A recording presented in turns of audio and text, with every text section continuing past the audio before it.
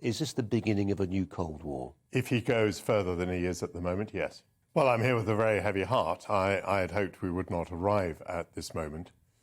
But things became gloomier last week. You say that the Russians were scoffing at the idea of invasion, but they had a proviso at the end of every sentence, which was unless they were provoked.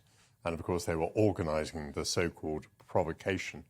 Even more chillingly, last night, Putin, in this very long address, doubted the independent existence of Ukraine. He was doubting whether this was a legitimate country, that it had ever really had a legitimate independent existence. Now, that is a very serious position, because it means then that his ambitions would not be limited to these two regions where he's entered, which arguably were pretty much already under Russian control. That would suggest that he has a much bigger ambition. And I think it is true that he, and probably many other Russians, really do assert that Ukraine has always been part of Russia, and that what's happened in the last 30 or 40 years is entirely anomalous. And there is an enormous amount of emotion and cultural tie involved in this. Kiev was a city when Moscow was a village. Kiev is full of the most important religious buildings in the Russian Orthodox religion. The origins of Russia are probably a tribe called the Kiev Rus, who originated in Kiev. Therefore, it's hard to describe how to many Russians how central Kiev and Ukraine are to all of Russia.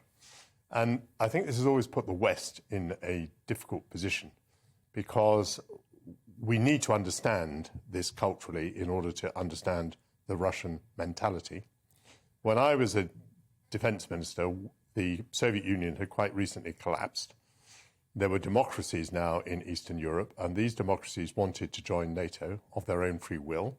They wanted to join NATO urgently because they had been under the heel of the Russians. They were horribly repressed. Whenever they showed signs of resistance, they were crushed again by invasions. They were held in by walls and by barbed wire, and when they tried to escape to freedom, they were shot dead. It's worth remembering all of this.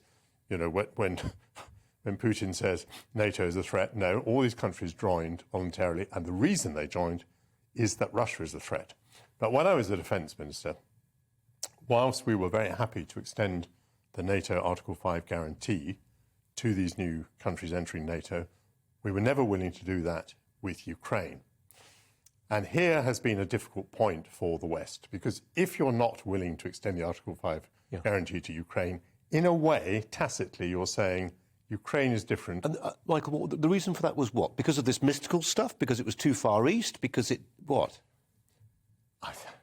I think in a way, because the possibility that Russia would assert its claim on Ukraine again was too probable.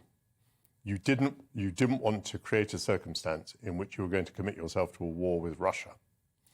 But it is very awkward, because by not extending the Article 5 guarantee, were we in a way saying that we recognised a Russian sphere of influence? In diplomatic terms, I think this has been very awkward, but it has been a hiatus. And it's one in a way that obviously Putin has spotted. He knows that we're not going to go to war over Ukraine. And I fear, from what he was saying last night, that entering these peripheral regions is not the end of it, that the annexation of Ukraine may be the objective. And that is horrible, because we will see a free people taken over by the Russians again. We will see a terrible repression. We will not respond with warfare. There will be bloodshed. There will be a collapse in the relations between the Russians and the West. There will be cyber warfare. There will be economic warfare.